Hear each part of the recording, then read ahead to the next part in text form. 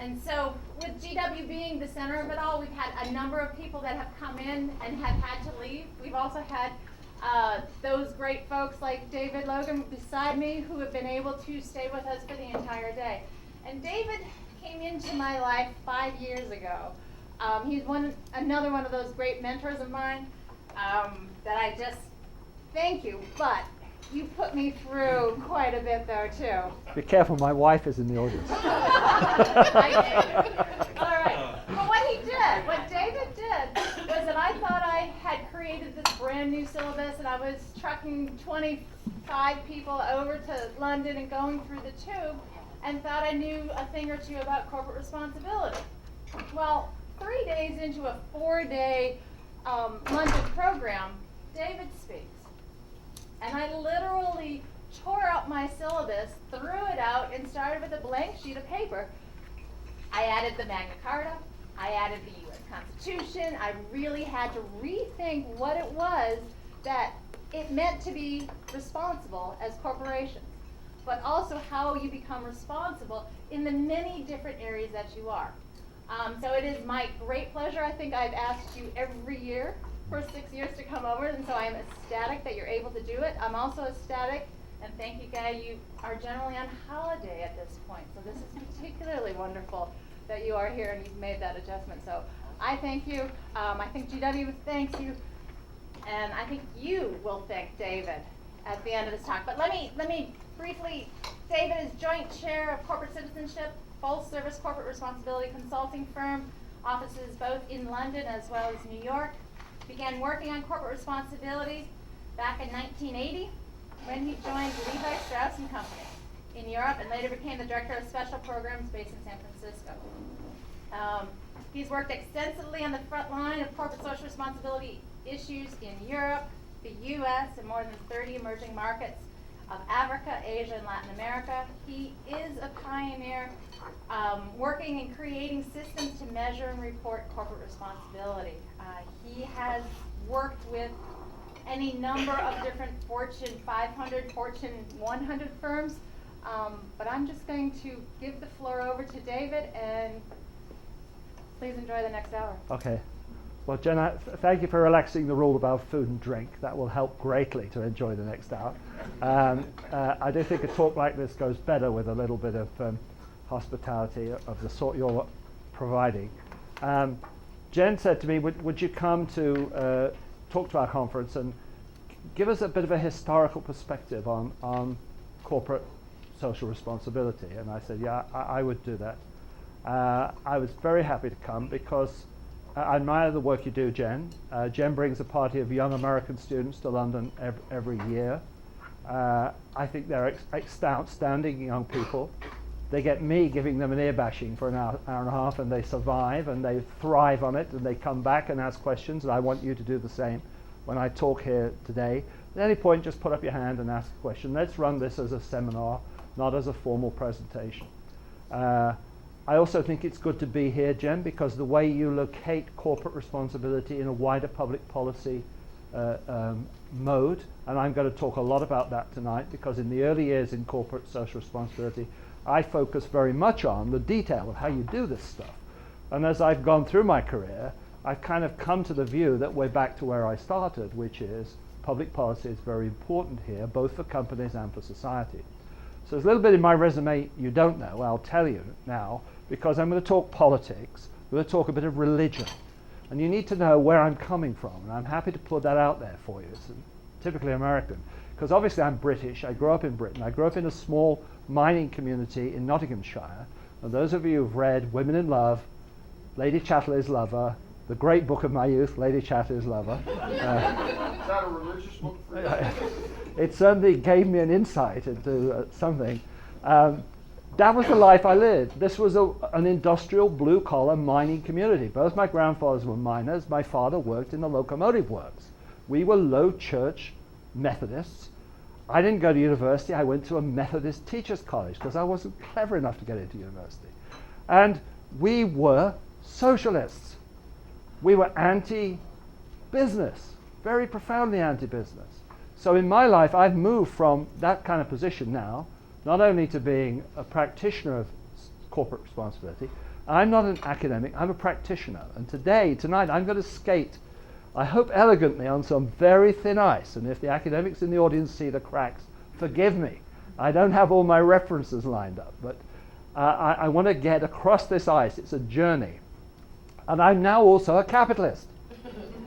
Think about that. I run a business, 36 people. We've just come through the recession. How did we deal with that? How did I live out the values I want to talk about tonight? You can ask me and I'll answer you. What did we do with it? What did we do in my tiny business about layoffs? What did we do about bonuses and things like this? They're all moot questions. But Jen asked me to give a historical perspective, set what I know, and in the context of global society, talk about the scope of CSR, the motives for CSR, what can we learn from the past. This is not a history lesson, and there are two senses of history here. There's the big picture, and then there's my 30 years. I joined Levi Strauss & Company 30 years ago to be their corporate community responsibility guy for Europe. And it's an interesting story, because prior to doing that, I had been a school teacher, and I worked for the British labour unions. I worked for the British equivalent, the AFL-CIO. I was a union guy. People, workers mattered. I often used to say, for a Methodist boy from a mining college town, getting a job at the TUC was like a West of Ireland boy getting a job in the Vatican. This was my spiritual home. We were opposed to the capitalist establishment, but because we came from an ethical and somewhat religious background, we were quite anti-communist. We were non-communist socialists. I'm going to start off with the big picture. Jen said, give us a historical perspective. I said, where do you want to start? She said, start at the beginning. Okay, this is the beginning. There's an academic paper, and I don't have the references, based on some work by some archaeologists in Iraq, not far from Babylon, you know, where Abraham came from.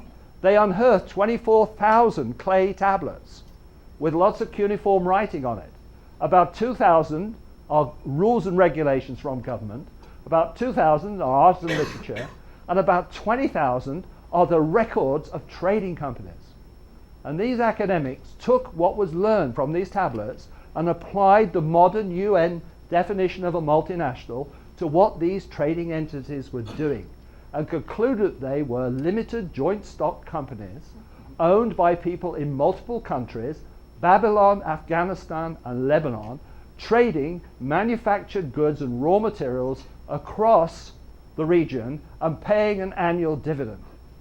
And I bet you they made donations to the temple, but we don't know. That's 2,500 years ago. And any of your academics that want the reference, I can give it to you. So business has been around a long time. Business, as Ed talked about, not just corporations, been around a long time, like art and culture. It's been with us, like alcoholic drinks, it's been with us. And I start there. A part of my theme tonight is you can't abolish it. You can't abolish it. We've lived through a unique moment in human history where for about 100 years, a systematic attempt backed up by nuclear weapons was made to eliminate that vile evil, that empire of evil called capitalism. The central premise of the communist position was all these private enterprises must be eliminated. And when I tell the kids in my office we were close to fighting a nuclear war over that proposition, what was wrong with you guys? But we were. I'm going to do that. Let's come more up to date. This is a trick question I throw at Jen's students when they come to London. Which company's been accused of fat cap pay, bribery of governments, abuses by security forces, marketing unsafe and socially unacceptable products, seeking monopoly? No, it wasn't Roman. Which company hasn't? No, but this is what I get. I get Shell. Enron's got to fit in there somewhere. People say Microsoft, monopoly, but Microsoft doesn't have armed guards. If you look at Shell's business profile in Africa, half its employees are armed guards. Yeah. Catholic Church. No, that's some, They have armed guards. They do have business interests, but no, I might come back to that because I'm going to talk a little bit about religion later. It's a trick question. The answer is the British East India Company. Anwar. I'm going to try and weave into my speech tonight references to our colleagues from India, our colleagues from Asia, J&J, try and pull together some themes here. The British East India Company, founded in 1602, was in direct competition with the Dutch East Indies Company and the French Compagnie des Indes. They had armies, they had ships, they fought each other for the control of the spice trade in India, in Asia. The Dutch kicked the British out of Indonesia. They had bigger ships than we did. So we went off to India and we kicked the French out. India was not conquered by the British state. It was conquered by the British East India Company. It was a private enterprise who, when Britain went to war with France, loaned the government regiment upon regiment of soldiers, fleet upon fleet of ships. In 1812, the British East India Company wrote a social report, and the target was government. And it wrote it because we were in the middle of a 25-year war with Napoleon. And the government was taxing the company to death. So it wrote this report. Here's the jobs we create. Here's the goods we provide. Here are the people we employ. Don't tax us anymore. You'll put us out of business. That's 1812. So this stuff has been around. Does anybody know what the unsafe product was that the British East India Company was selling? Well, it was tea. Tea was one of their main products. They bought tea from China. But how did they pay for the tea? Opium. We sold the Chinese opium. We fought 2 wars in 1840 and 1860 to enforce upon the Emperor of China the principles of free trade. Selling opium to China was not a discriminatory policy. Opium was freely sold in London and America. When cocaine was invented, it was seen as the great advance on opium. And if you read Prendergast's book on the history of Coca-Cola, you will learn more in the first 3 chapters about drug policy in America than anything else, because Coca-Cola was an opium-based drink. When it started, it was opium and alcohol.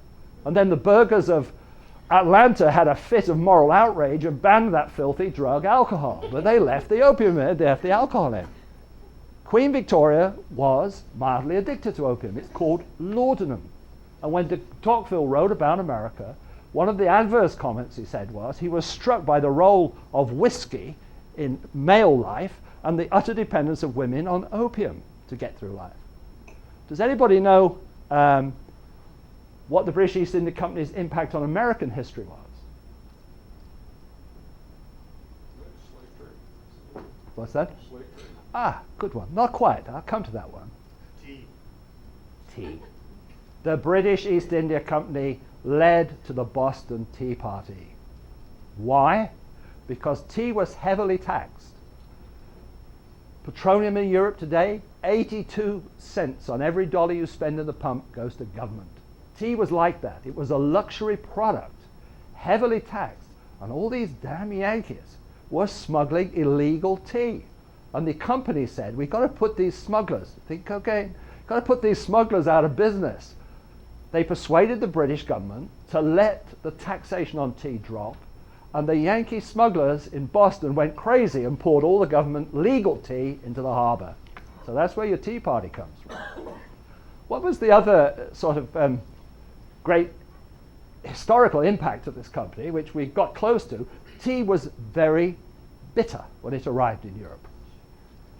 To fuel the demand for tea, they wanted to sweeten it with sugar.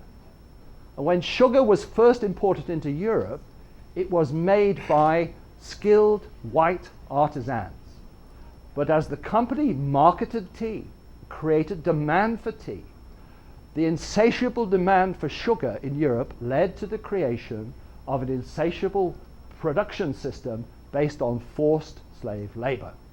The Atlantic slave trade was driven by the insatiable demand of European consumers for sugar.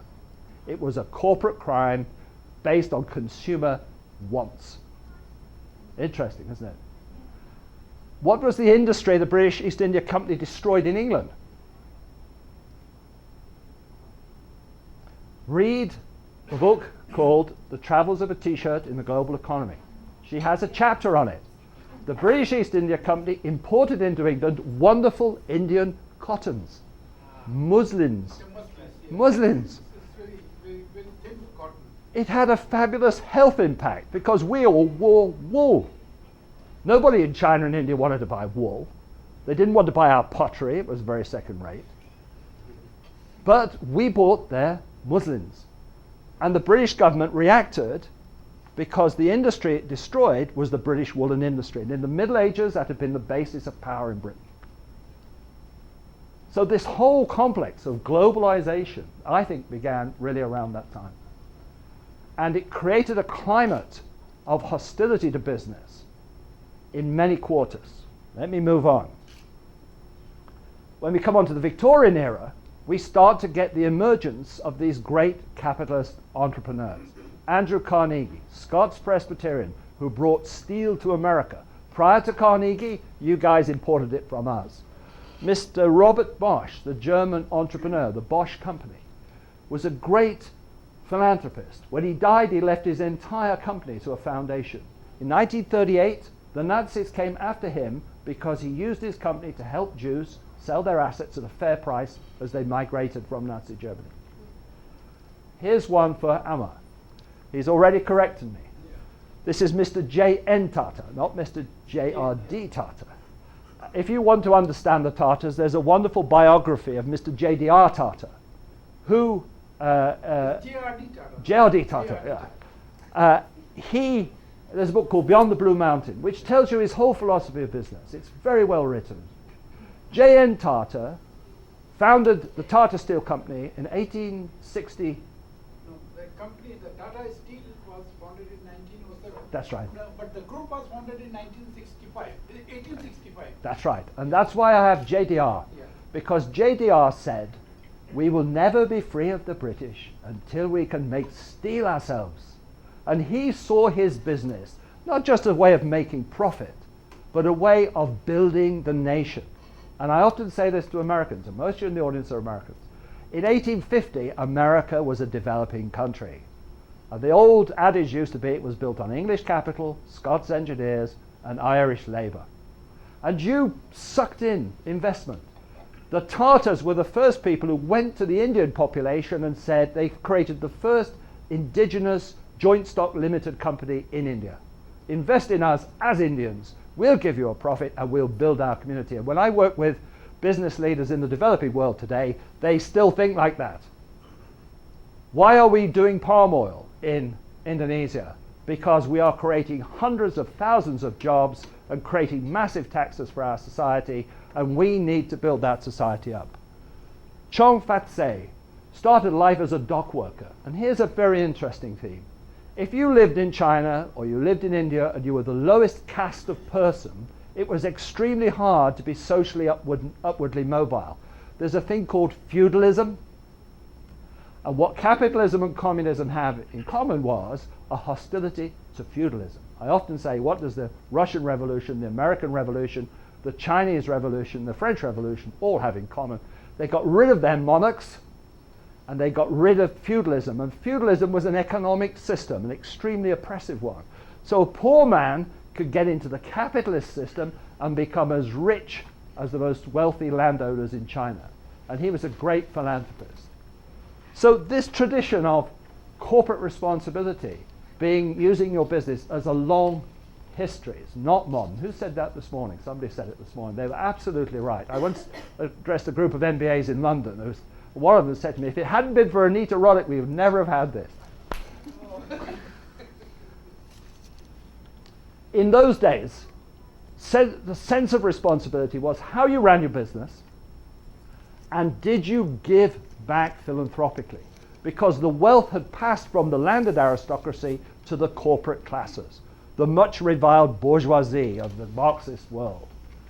And this idea of giving philanthropically became probably the flagship idea for social responsibility. There was business over here. Andrew Carnegie ran his business. He used federal troops to break strikes. But over here, he created great foundations. Who does that today? Don't use federal troops to break strikes, but it's Ted Turner. Who else? Gates, Buffett. This tradition lives in America because you have an unbroken tradition of corporate responsibility. And what they do is they take the wealth created by industry and they dispense it philanthropically to the masses. That is not usual around the world, I have to tell you. Here's the quick update of history. So, 1900, you had laissez-faire capitalism. It was closely associated with European colonization. When people look at capitalism from Africa and Asia, they see colonialism. Particularly if you come from Britain, you have to be very aware of this. The great monument in Tiananmen Square, erected by the Chinese, if you go look at it, the big panel at the bottom is towards the heroic Chinese people who died defending the country against the aggression of the British East India Company. They don't like multinationals. I think Amar will bear me out. If you want to be rude to somebody like Unilever in India, oh, you are the company, they say. Or they mean the British East India Company. People have long memories. We have chosen to forget. Nobody in London knows about the British East India Company now. You permit me to supplement. So in India, the MNCs were looked upon as something not very, something as a vicious to some extent. That they are there to exploit the people. Yes. For a very long time, that was the conception. So now that there is a radical change in that perception. But this was the prevalent thinking for a very long time. So they are the company, they are coming here to exploit the economy. It was laissez-faire capitalism that led to the Russian Revolution, led to the 29 stock market collapse, and in 1947, the Chinese Communist Party seized power and Britain left India. I was born in 47. It was a moment of great change in the world. And by the time you get to the late 50s, the late 60s, you have a massive consensus in the world, excluding largely North America, that capitalism was a bad thing and had to go. Mrs. Thatcher, Mr. Reagan came into power in 78, and they started to turn the tide. When I was at college, every lecturer I met was a Marxist. And because I would kind of argue for a sort of moderate position, I was treated as an idiot. Oh, what do you know? They went to the best private schools. They went to Oxford and Cambridge. They knew the answer to the great question. The purpose of life was building socialism. We used to call us social fascists because we compromised with the business. 1989 saw the collapse of the socialist project when the Berlin Wall came down. Great power brings great responsibility because business was back on the block. I think the 2008 credit crunch is the high tide mark of the Reagan-Thatcher correction. And I'm going to talk about it, but I'm just laying out the field for you. Under a communist society where this evil of capitalism had been eliminated, you had two sectors. You had a government sector in which there were state enterprises and state social services, and you had an informal sector in which people lived. Ed's comment this morning. Ordinary people doing things for each other, doing little bits of business, watching after each other's kids. The informal sector is huge in India, of course, and Africa. That is how communists saw the world. The state and the people and nothing in between. Which society still has this model? North Korea. It's a living museum of Stalinist thinking. And people are starving to death because the state won't even let people have their own gardens. Because people hated small farmers. The communists hated small farmers. They hated small shopkeepers. We weren't going to have any of that nonsense. We're going to have a proper rational system run by the government. This guy came to the United States in 1959. And he said, "We will bury you, America, because our system is more efficient than yours." And look at some of the older people in the audience. He said that. And you know, in 1968, when I was a student, we still believed that. In Britain, we nationalized coal, steel, aircraft, railways, gas, electricity, and I remember ardently wanting to nationalize the banks. Well, we now have the banks and none of the rest because of the correction. There's a famous joke about this. There are very few jokes in CSR, and I'm going to tell one of them I know. And this one. And when Khrushchev was here, he met Dwight Eisenhower, pretty staunch free marketeer. And he said to him, Mr. Eisenhower, he said, I don't think the American people understand the mission of the Communist Party is to bring justice, equality, freedom, and prosperity to the people of the world. If you will let me send the Communist Manifesto to every home in America, I will let you send one book to every Soviet citizen. Come on, Dwight, what do you say? And Dwight thought for a minute, being a good Republican. He said, okay, Nikita, I'll do it. He said, good, Dwight. What book is it you're going to send to my people? So I thought I'd send them Sears catalog.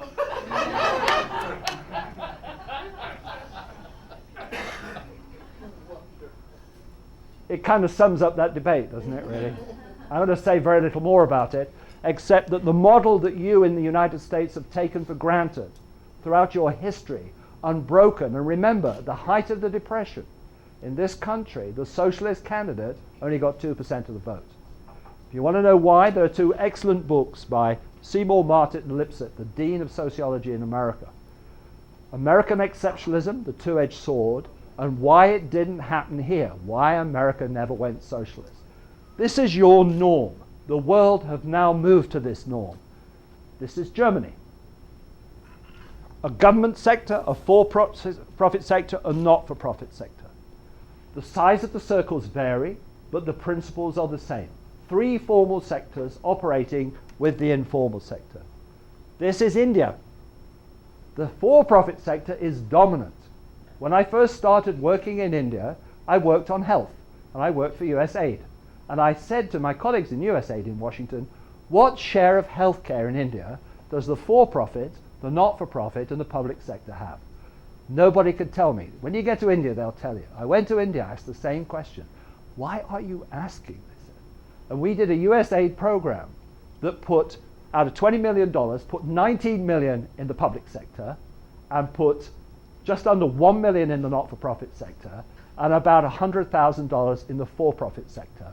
But 80% of healthcare in India is in the for-profit sector. It is the dominant force in society.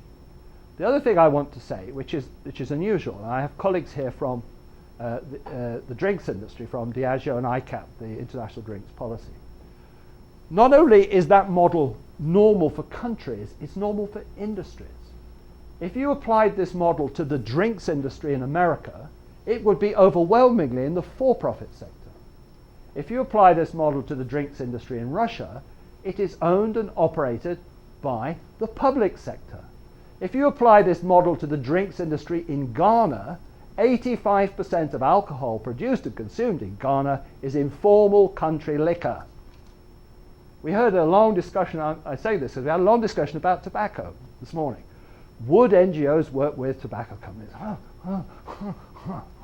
Who owns the largest tobacco company in the world? No. No. That enemy of profit, that friend of the people, the Communist Party of China. Without it, they'd be broke. They're in business. Government is in business. It makes arms, it makes alcohol, it makes tobacco. The NGOs are in business. I did a study I'll talk about in a minute in Indonesia with Oxfam. Half of their revenues come from Oxfam trading. So every time Oxfam said to Unilever in Indonesia, your margin's too high, I'd say to Oxfam, what's your margin? They said to me, they said to Unilever in Indonesia, you're outsourcing all these workers. They should work, you're only doing it to save money. They should be part of Unilever's core workforce. After about a month, it occurred to me, I said to Oxfam, how many outsourced workers has Oxfam got? And to her credit, my interlocutor said, I never thought of that. And she went away and she came back. She said, we have more people on short-term contracts than Unilever does. And I said to her, Heather, you can criticize how people outsource, but you can't criticize the change. It's happening. So that's a very influential chart in my thinking, and that's why public policy matters. And where I work, in my business is here on these margins between the for-profit, the public, and the not-for-profit sector. We also work here because the for-profit sector speaks directly to the people through advertising. We had another little debate about whether we could work with a beer company. And I almost intervened, but my wife was at the back, used to work for Guinness, a wonderful product. You know, I was brought up a Methodist. My parents didn't drink. Wonderful product. They run alcohol social responsibility ads. And what they do in their ads is take a young man in a bar with his friends and a bunch of girls, and they show him going from being utterly charmed to being utterly drunk and utterly stupid. And the message is, guys, don't get drunk. You look such an idiot in front of the girls. The public health message is, don't get drunk. It's a very bad thing to do. Guess who works best? You know, and I think it's a really interesting phenomenon for us. NGOs are very important in this debate. I didn't mention it, but when I showed you the chart on communism, I could have done one on fascism for you, because the fascists cut a deal with the capitalists. And it's very interesting to study business under Nazi Germany. What was the real name of the Nazi party? The National Socialist Party of Germany. What is the name of the party that runs Iraq, or did run Iraq under Saddam Hussein? The Ba'ath Socialist Party of Iraq. The Ba'ath Socialist Party of Syria. Regimes of the left and the right utterly suppressed the not-for-profit sector. What's happened in my lifetime, now we're getting into my 30-year lifetime, when I was a member of the Labour Party in 1965, advocating the nationalisation of the banks, the Labour Party had roughly 15 times members of one small environmental group called the Royal Society for Protection of Birds. The British are a little funny about animals. They like animals. Look at that chart today. That one environmental NGO has more members paying a higher membership fee than all of the conventional British political parties combined. There's been a huge shift in how people want to get things done in the world. And it's gone from being part of labour unions and political parties to being in NGOs. NGOs have a tremendous moral place in the world. They have very few assets in real terms, and we have to remember that most NGOs are service providers, not advocates and campaigners. In Germany, about a third of the hospitals are in the not-for-profit sector. Mrs. Thatcher didn't just denationalise industry, she took huge sections of social services like housing and gave them to the not-for-profit sector. This is what they do. They keep both government and business healthy. I'm making the point to you now, in terms of the society we live in, the world society we live in, the market is back. And I'm saying it ain't going to go away, because it's been the norm throughout human history. The communist socialist experiment was a blip. Companies are the agents of the market. Their behavior shapes and defines the market. They are a major force in shaping human society. Who can deny it? Going back to the British East India Company. Who can deny it? They are corporate citizens. We call our business corporate citizen. And we do that because we believe companies have rights, the right to advertise, but they have a responsibility to advertise responsibly. You as private citizens have the right to vote. You have your responsibility to pay your taxes. And there's this balance of rights and responsibilities in business. They have a broad range of stakeholders, but unfortunately, a lot of our corporates don't really understand this role. There is also the problem of profit. It's fascinating how this came up today, John, really interesting. I'll put out my position. It's worth a whole paper on its own. The one thing that Milton Friedman, Joe Stiglitz, and Mohammed Yunus from Bangladesh have in common, and I don't know whether you saw the article in the journal on Does CSR Matter this week? What does he say in that journal? Business exists to maximize profit. Here's my short challenge to that. There is profit maximizing in the private sector, but most of the people I work with are not profit maximizers. You find them around the stock market, day traders in the stock market. You find them particularly in the financial services industry. But if you're making soap and selling it, if you're making trains and selling them, you have long-term relationships with people. You don't maximize. In my little business, we don't maximize. We optimize over time. It's not kosher to say it. It's not macho to say it in the corporate world. But this is what, in reality, companies do. You don't get to be 200 years old like Cadbury Schweppes by maximizing. Because if you did, you'd never get any repeat business. And I think I'm supporting Ed, very much so on that one. The problem of competition. Yeah, sorry. Can I challenge you a little bit? I think that's an Yeah. excellent point. But I come from the school that a lot of people come from, where there's a belief that we've shifted from a shareholder to a stakeholder-driven society. It's particularly prevalent in the U.S., where you've got advocacy journalism on the part of the institutional media now, and you've got do-it-yourself citizenry with blogs and bloggers and very independent and resourceful consumers, and you've had sort of a Robin Hood story of a redistribution of the power sources in society.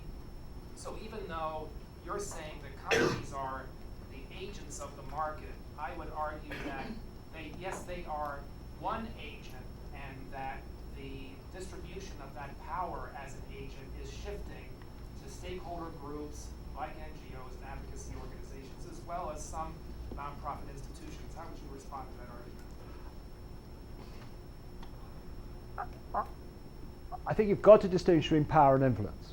Companies actually control real assets, real people, real power. NGOs have influence in society. And there's an article in the Harvard Business Review this month, written by Jeff Schwartz on Greenpeace's attack on timberland. Read it. They had influence with that company because they attacked them in a very aggressive and I think vicious way. What I want to see in that article, and I don't see it, is they charged timberland with deforestation because they bought leather from Brazil. Jeff does not say there was any evidence to prove that. It's really interesting. So they have a lot of influence, but they don't have a lot of power. They did change how timberland behaved, but timberland is still timberland. And I think that the Thatcher-Reagan years, and I wasn't a Thatcher voter, was probably a correction we needed. Certainly in Britain we needed it. And now I think because of Enron, because of the stock market collapse, the pendulum has swung back. And who knows, in 20 years it may swing back again. Because I don't think there's an end state of perfection. That was a problem the communists had. They thought there was an end state. We live in a constantly shifting, constantly changing world. And right now, the NGOs are looking very powerful, partly because the companies don't know what they're doing. And we have a problem in citizenship. Companies don't collaborate. Jeff Immelt says, why did you attack me, Timberland? He's right, because they're a fabulous company. Yeah, because you are a fabulous company, we'll go for you. But the problem of leather sourcing from Brazil is a problem for an industry, not for one company. And companies don't collaborate. I think we have my colleagues Marcus Grant here from ICAP, International Centre for Alcoholic Policies. One of the few industries that has got its act together in dealing with social dimensions is the alcoholic drinks industry on a worldwide basis. It comes together, but companies find that really hard. That would be true, wouldn't it, Marcus? They do find it hard because of the competitive instinct. Then the final point I want to say, the one thing I really liked about Marx, he had this theory called the integrated man/woman, that capitalism's focus on intensely specialized divisions of labor. It's the basis on which our civilization is built. It's a great strength, but it's a great weakness. Guys in supply chain cannot see what their decisions will do to the brand name of the business further down the line. People in government don't really see how business works. We're in a very siloed society, and the issues we're dealing about are much wider. The other global trend I want to bring to your attention over my lifetime is, when I started in this business, the world's global community of multinationals was dominated by the Americans. When the world came out of the Second World War, the Japanese had lost all their assets, the Germans had lost all their assets. You'd bought the British assets cheap to finance the war, because we had to finance the war. And if you did a map of the Fortune 500 of global multinationals, it was completely dominated by the Americans. But slowly over the years, it's being rapidly eroded. Here's the FTSE, which is the Financial Times. Good. I like Fortune because it talks about revenues. That's real money. FTSE talks about stock valuations. But it tells you where people are thinking about the future. Look at that chart, how American influence is declining, how European influence is declining, and Asian companies, Tata Steel, and Asian businesses are rising. Out of the communist regimes, vast new private enterprises have been, and I didn't speak about social responsibility under communism, have been created. Gazprom has more oil and gas reserves than ExxonMobil, Shell and BP combined. But its stock value doesn't recognize that because they can't get it out of the ground. June was also a critical moment in my lifetime. Something happened in the FTSE in June. Does anybody know? Not only have Tata come to Britain and bought the British steel industry, how's that for a reversal? But the largest company in the FTSE for 20 years has been ExxonMobil. Do you know who it is now? The Chinese National Oil Corporation. And if Greenpeace thinks they have problems with BP, and if the NGOs think they worry about pressure on Western multinationals, you've got a whole new horizon coming, guys. Because I was in Turkey when the British construction company, Balfour Beatty, was pressured by NGOs to get out of the Il-Sud Dam because of its social and environmental impacts. Guess who took it over? Chinese National Dam Building Corporation. Communists have good policemen. They know how to make this stuff work. Quick map. You all know this. Here are the three key components of corporate responsibility these days. Economic, social, environmental. Economic and social we have always understood since the days of Marx. What was new in my lifetime, when I worked for Levi's, 98% of what I did was economic and social. It was HIV/AIDS. It was women's health and welfare, labor standards, child labor in the supply chain. We had a little problem in Knoxville, Tennessee. We changed the design of the jeans and started washing them in bleach. And nobody asked the city whether the city sewage system could cope. It couldn't. And the plant manager rang us up. He said, all my mechanics are in here complaining that we've killed the river, because all the male mechanics were fishermen. And downstream from, so we knew there were small environmental problems. We did not know. This is the 80s. It was only in the very late 80s that we got the data sets. We began to get the data sets on carbon influencing climate. It was CFCs began to emerge. We knew there could be local environmental issues. We didn't understand there could be global ones. You know? And one thing that we and the communists agree on, think about this, is the argument was about who controlled the system. The communists built power stations in East Germany burning peat. 25% of Germany's current power generation comes from burning peat. The communists did it. We did it. The communists believe in cutting down forests, creating huge cities. The question was who controlled it. Nobody questioned the nature of our civilization and industrial society. In fact, the communists came and said, we'll bury you because we'll build bigger cities. We'll cut down more trees. We'll create bigger farms than you Americans. They didn't come and say, you Americans have trashed this country and we're going to care for our land. They didn't come and say that, did they? So we all agreed the industrial system worked. Environment has a great advantage. It's science-based. It's numbers-based. What is the answer to carbon? Less is good. Economics, very similar. Everybody pays taxes. You can measure them. Question is, you have choices about where you pay taxes. Do you pay them in the United States or the Netherlands Antilles? Social matters, highly culturally contextual. Diversity is one thing in America, another thing in India, another thing in Northern Ireland, and another thing in China. Global multinationals have to deal with these, and I think sustainability is where they overlap. Here's a really complicated chart. But again, it takes that previous chart and expands it along the value chains of businesses. When I was a young man, what mattered was what the company did. Then people started to ask, what about its backward linkages to its suppliers? And what about its forward linkages to the marketplace? So if you're a food industry company, I did this for Cadbury Schweppes, we have to deal with child labor in the production of cocoa, and we have to deal with advertising to children in a society with an epidemic of obesity and diabetes. Down here on the environmental side, how is cocoa grown? Is there deforestation and crushing of biodiversity to grow cocoa? How do we refrigerate the soft drinks, CFCs? And the refrigeration is all in small shops. So how do we, the business, influence the small shops? And how do we get our customers to recycle their containers? This we control 100%. This we can influence. And this we have very modest control on. And when I was with Levi's, our economic responsibility and social responsibility were very clear.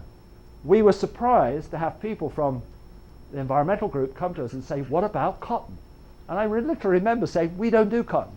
We make jeans. Go and talk to Milliken Mills in Spartanburg. They buy cotton and they turn it into fabric. Yeah. That's the map now, you know. And I think if you look at Karen, if you think of the drinks industry, you know, it's from here to here. And in the old days, it was just how did you react as a business? How were you? I'm getting a little late here. You can't read this, but it's a report. I could wave it, I left it in my bag, on the economic and social impact of Unilever Indonesia. And those of you students want to see these footprints. That previous chart is a total footprint of a business. And for a Walmart, it is global. For any company that you can think of, it's global now, because the global economy is back. This was Unilever Indonesia. Oxfam said to Unilever, basically, you take $50 million a year out of Indonesia. That is bad for the country. And Unilever said, no, it's not. We're good for the country. They said, we don't believe you. This is the NGOs. Very smart people, very best private schools, very best universities, but they don't know how business works. So Unilever literally handed over the keys to the Indonesian business and said, you go look and come back and tell me if this business is not a net benefit to that society. British DFID gives Indonesia about $50 million. Unilever takes it out in repatriated profits. But I haven't a clue what British DFID's 50 million achieves. This is what Unilever's achieves. You've got 7,000 people in the Unilever manufacturing system generating 100,000 full-time equivalent jobs back to small farmers in cocoa, palm oil, tea, and other industries. And Oxfam were very interested in that, because that's where the poverty alleviation is going to come. In a country where people, half the population, live on $2 a day. The other thing we discovered, which was a shock to Oxfam, was in the forward linkages to markets through small mom and pop stores, there were 200,000 jobs. And NGOs don't do marketplace stuff. In their heart of hearts, they don't like consumption and consumerism. They don't. And it was a fascinating project. I think you've got it, Jen, haven't you? The report, the Indonesia report. And Unilever followed up by doing one in South Africa. They're planning to do others. And we as a business help them write them, which is let's understand the footprint, what they do. Let me move on to CSR and today. I'll bring it right up to date. What do I think today? CSR varies because of the type of industry. Oil, it's overwhelmingly the backward linkages to poor countries. Pharmaceuticals, it's the forward linkages. You have got a drug that can save people's lives and they can't afford it. What are you going to do about that? For manufacturers, well, you've just seen Unilever, it's about building the economy, it's about suppliers, it's about your local contribution. Mobile phones. I don't know whether of you have seen these reports on the impacts of mobiles published by Vodafone, the British company. One of the things I should say here is because there is still a very anti-corporate bias in Europe, we have to work much harder to explain what companies do. A lot of the problems in America is you take it for granted.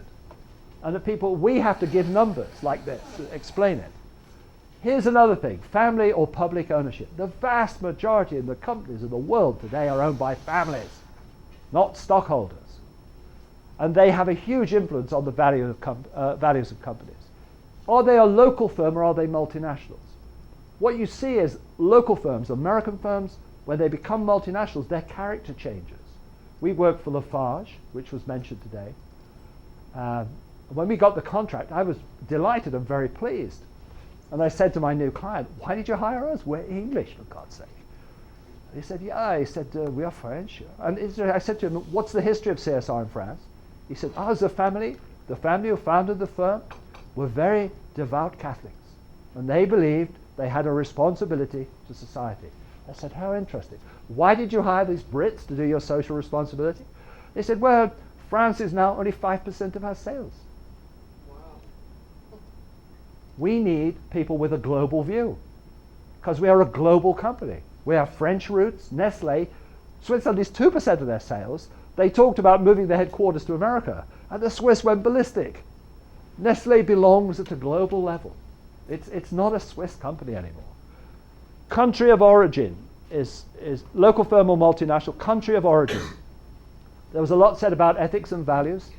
If you want to know how to be a good businessman in a Muslim country, read the Holy Quran. It tells you. No equivocation. It tells you what to do. Religion's very important. Mr. Tata was a Parsi, I think. Yes. He's a Parsi. They were immigrants to India. Religious group. The Cadburys were Quakers. There's a wonderful book on family capitalism in Europe, and it's really interesting. In the late 19th century, when there was a battle about socialism, there was a whole movement in the Catholic community for responsible business. Because business was the problem, religious people should think about it and run business properly.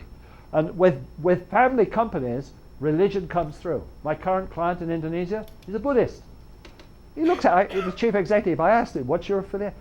Why are you asking? I said, oh, you're a Buddhist. I said, you kind of care about animals then? Absolutely.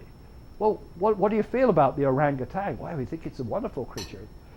Would you harm one? Absolutely not. What do you do? Would you say that in public? It's his values I've appealed to get him to work on this. Economic and social structure of society influences CSR. Resource base. Why do the Japanese have lean burn engines? They don't have gasoline.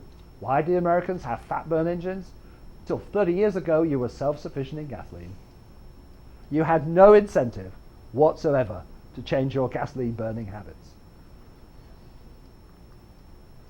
I'm getting to the end. You'll be pleased to know. CSR, costs and benefits. When I worked for Levi's, I used to get in the lift in London, and people would say to me, hi, David, how are you? How much money have you given away today? It was an insult, and it was meant as an insult. Everybody in the business had a job making money. Me over here, reporting to headquarters in San Francisco, had a job giving away money. I was just a cost. CSR was a cost. And over my lifetime, I've discovered CSR can build a brand. Ben and Jerry's was built on social responsibility. Häagen-Dazs competed on sex. The fallback for any private enterprise who was to sell a product. They competed on sex. Ben & Jerry's did very well. Häagen-Dazs did very well. But it built their business. The Body Shop was built by bringing social responsibility to the core of its business model. I don't have to say anything on this. It was all said by Tom. CSR can save you money. If you can't get that, you are stupid. You didn't ought to be in business.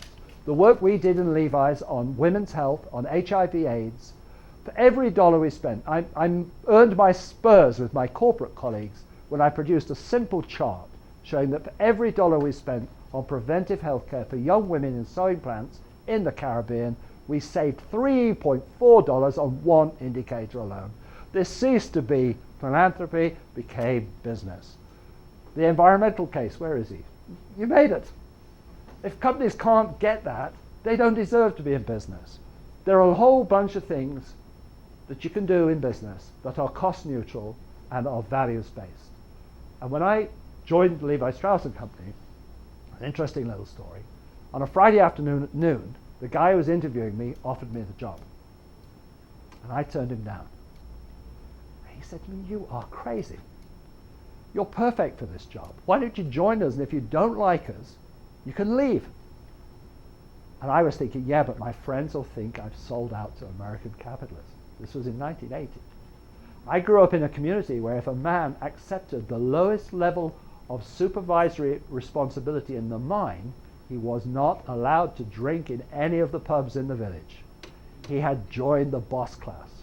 The great prejudice of my young life was class prejudice. And he said to me, "I'm leaving at Sunday noon. If you call me before then, you got the job. And if you don't, I'll give it to the next best guy." And I spent a Saturday in anguish. Could I join this capitalist bus?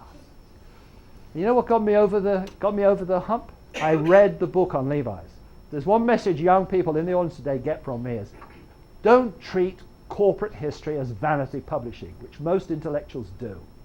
You can see a whole slice of American life through reading the history of Cargill, reading the history of Coca-Cola. Read the history of Levi's. There's a little chapter in there where Levi's created racially integrated factories in Alabama, Mississippi, Arkansas, Virginia, Tennessee in 1950. And I thought to myself, there's got to be something I can learn. And I took the plunge. And I swapped over and came to America. And what you're hearing tonight is me doing my payback. Because everything I ever learned about CSR, I learned from Levi's in the United States. There are a lot of things we can do, and philanthropy is a good example, where it costs the company a little and achieves a lot.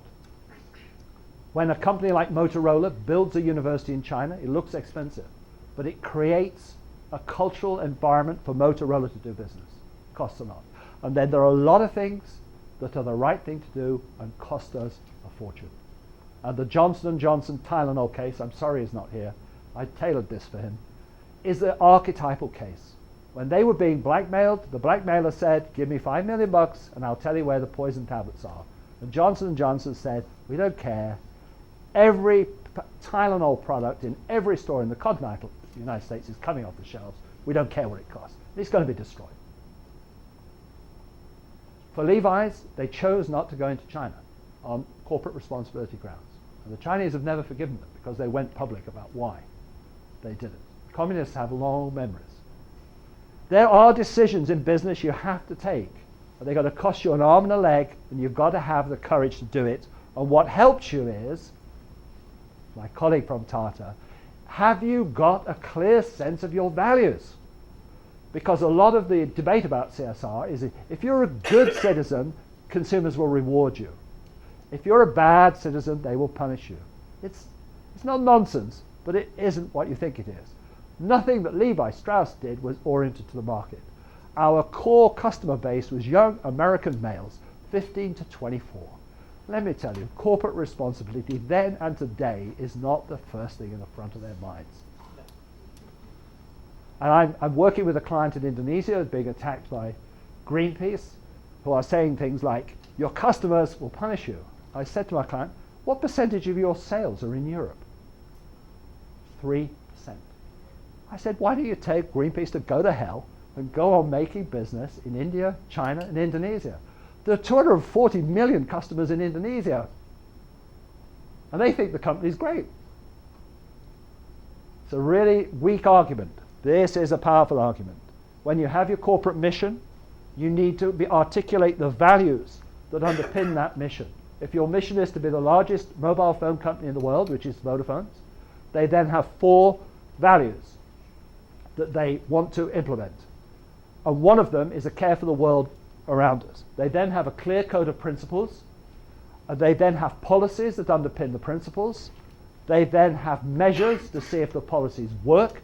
And they have feedback loops to see whether we're living it all out. And one of the finest statements of values that you'll ever find is the Johnson & Johnson Credo. When Jen comes to London, I hand it out. It's the nearest thing you'll get to poetry in this field. It's called a credo because Captain Johnson, who wrote it just after the war, was a religious man. And he wrote out what he thought the business was about. And over about 40 or 50 years, I think they've changed 3 words. But you will change your policies very much more quickly. And I think that's the core of CSR. It's having a values-based organization. And in a global system, you cannot run a company without having a core of values. You cannot rely on a family to articulate a set of values that spans the whole world. And at Levi Strauss & Company, the family shaped intimately the values of that company while it was American. As soon as it went global, we had to rewrite them and make them applicable to everybody. And it's those values that keep the company together. Key question that always comes up in these sessions, and I put that in, if corporates have values, how do you apply them in practice? And if you put countries on the bottom axis, in terms of value-based countries, like people like the Finns and the Swedes, who are so good it's painful. They pay their taxes, they sweep the streets, they vote, they behave really well, they don't do bribes. And on the other end of the spectrum you have North Korea and Myanmar. What is a company doing? Big question. Is it, in its values, just trying to do better than the norm for the country, or does it have a higher set of values? I'll give you my answer very quickly. There are certain issues which are non-negotiable. Forced and slave labor is one of them. After thousands of years of history, we finally, whatever else we disagree on, forced child labor is wrong, unconditional. You come to another issue, like the role of women in management, very cultural. Talk about it in America, talk about it in Saudi Arabia. And we have to negotiate. But there is a core of values, a human core of values, which I think are embodied in the Universal Declaration of Human Rights. See, I think the Universal Declaration of Human Rights is the value statement for humanity in the way that the Credo is the value statement for Johnson & Johnson. And what we do with a lot of our clients is cross-correlate them. And one of the privileges we had working with Cadbury, the Code of Principles was written by Britain's most highly admired businessmen, and we had to rewrite it. And we didn't change it a lot, but it was written by a businessman in the 50s, so he didn't have a lot to say on gender equality. I go and have a read of Goldman Sachs' values, because they were written by white male investment bankers in a partnership. They are now a publicly listed global company that owns and operates power stations. Their values are way, way out of line with who they are as a business. Yes?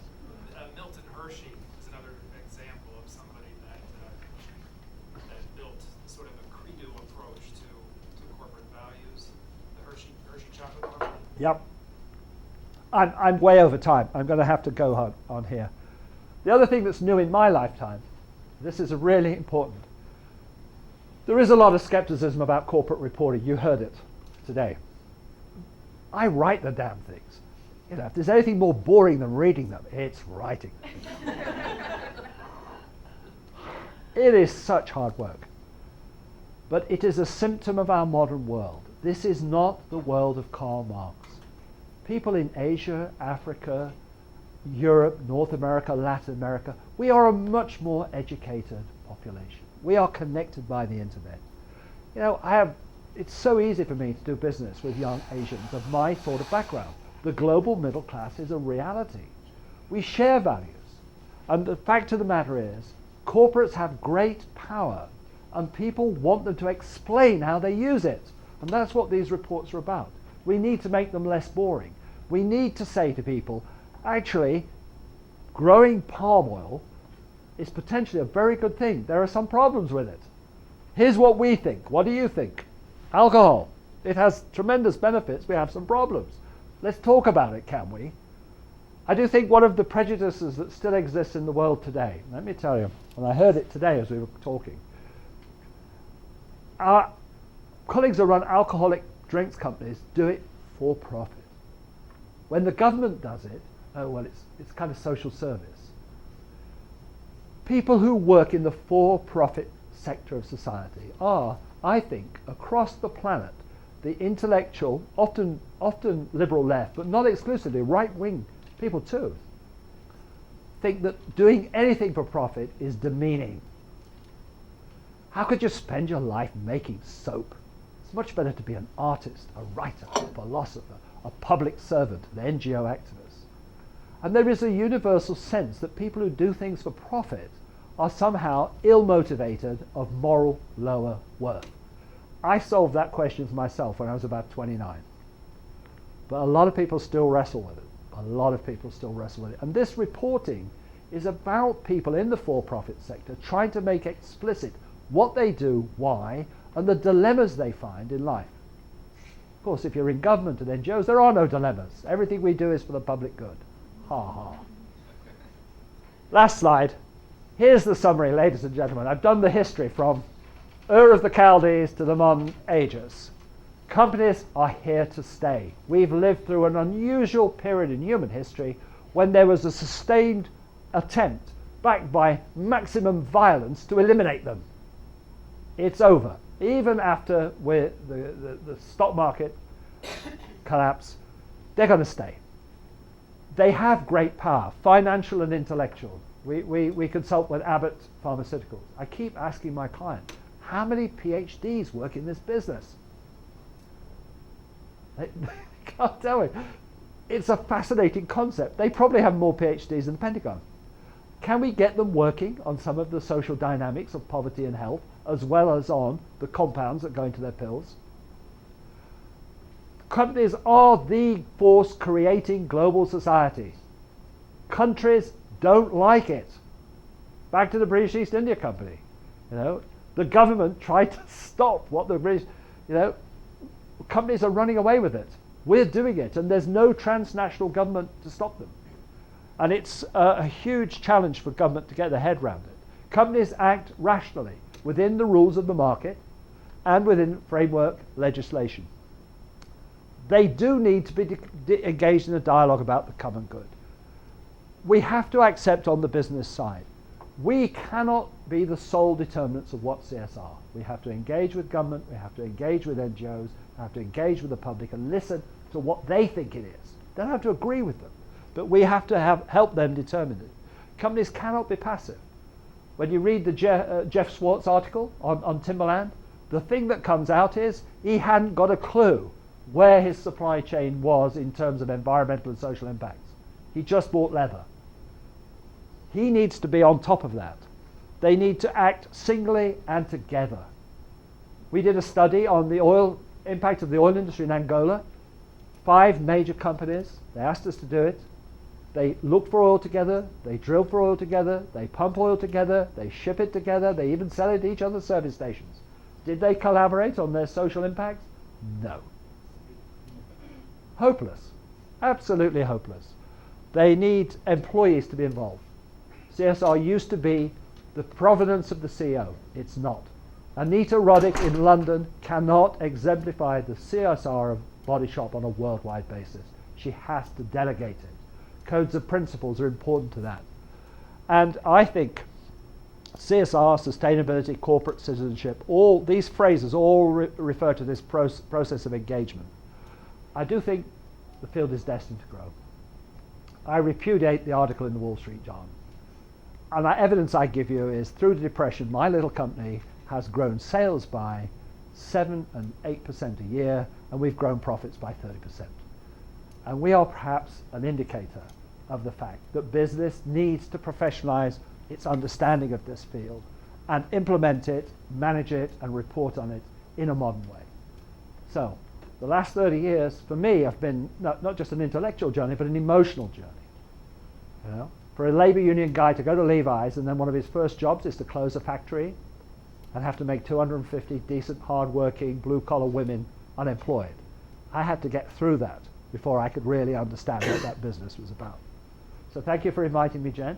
I hope this has helped the audience and helped you put in a global concept, a historical concept, and above all, put the American experience in a wider sense of what it has got to contribute to the world today. Because I do think what America has done with this subject is highly relevant to the world today, and there's still a great deal to be learned from. I've gone over.